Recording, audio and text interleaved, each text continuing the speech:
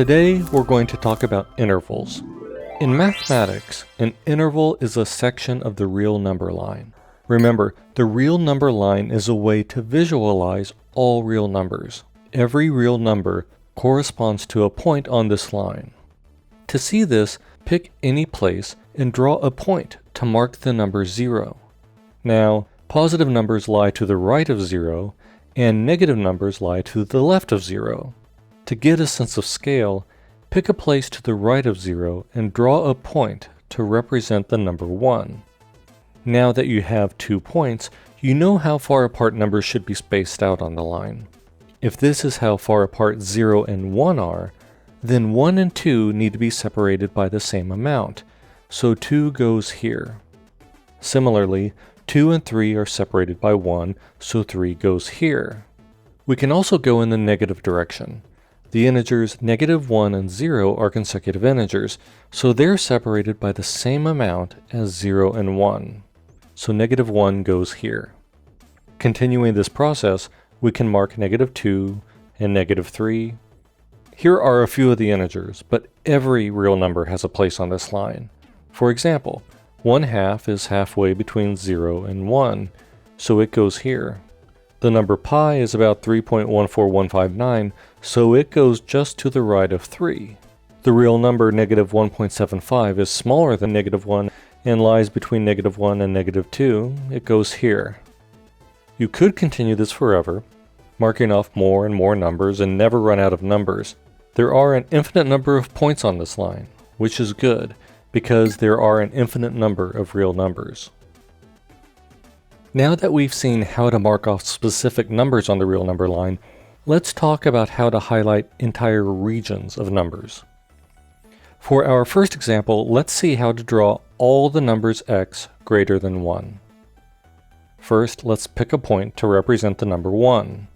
In just a moment, you'll understand why I drew a line rather than a point. Now, how many real numbers are greater than 1? There's a lot of them. There's 2, 3, 4. There's also 1.5, 2.5, and 3.5. There's also 1.2, 1.4, 1.6, 1.8. We can keep doing this all day and never run out of numbers greater than 1. There are an infinite number of real numbers greater than 1. So instead of drawing points for the rest of our lives, we just go ahead and highlight the number line to the right of 1 and draw an arrowhead to make it clear that the shading goes on forever. Now here's an important detail. The number 1 is not greater than itself, so we want to make it clear that 1 is not part of the highlighted region. To show this, draw an open circle at 1.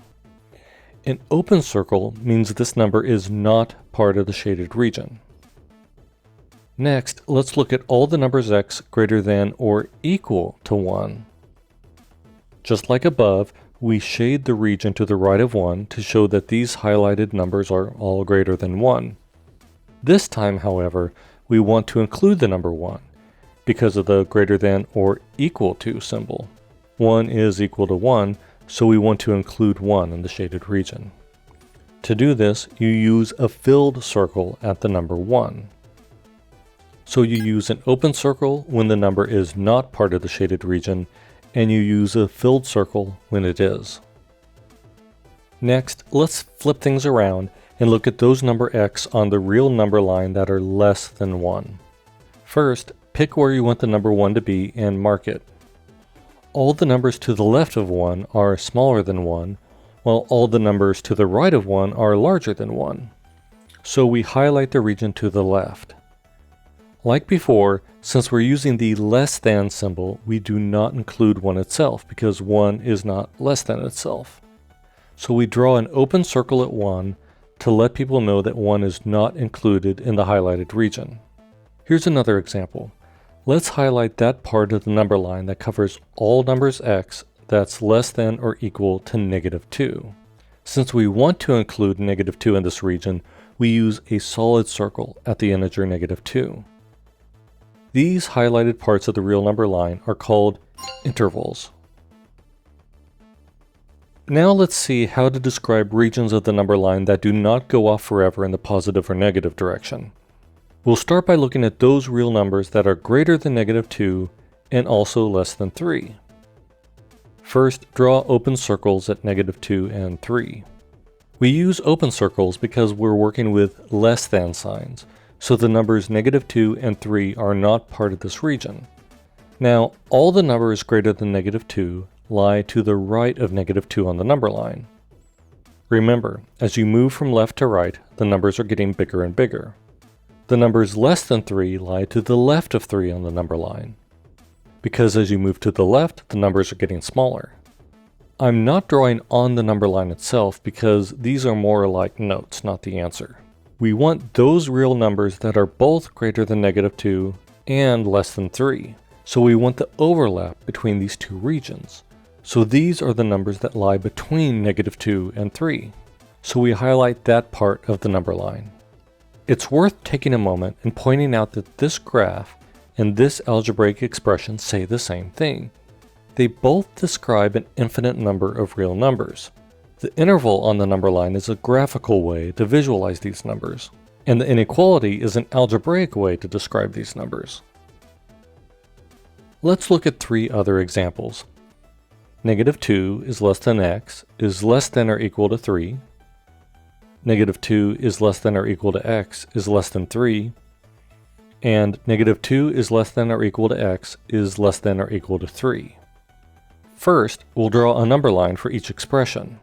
Next, we'll draw open circles for the less than signs and solid disks for the less than or equal to signs.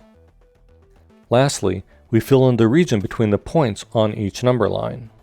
These are the 4 possible intervals you'll see when you have both a lower bound and an upper bound. The circles are also called endpoints. Even though these intervals don't continue off to the left or right, there are still an infinite number of points in each interval. The real number line is a crowded place. To recap, there are 8 fundamental regions of the real number line you can describe using inequalities. The first 4 are when you have a single bound.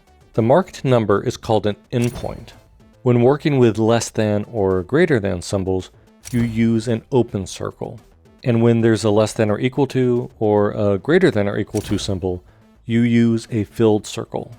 The next 4 regions are when you have an upper bound and a lower bound in your inequality. Each of these highlighted regions is called an interval. And in each interval, there are still an infinite number of numbers, even though there are 2 endpoints.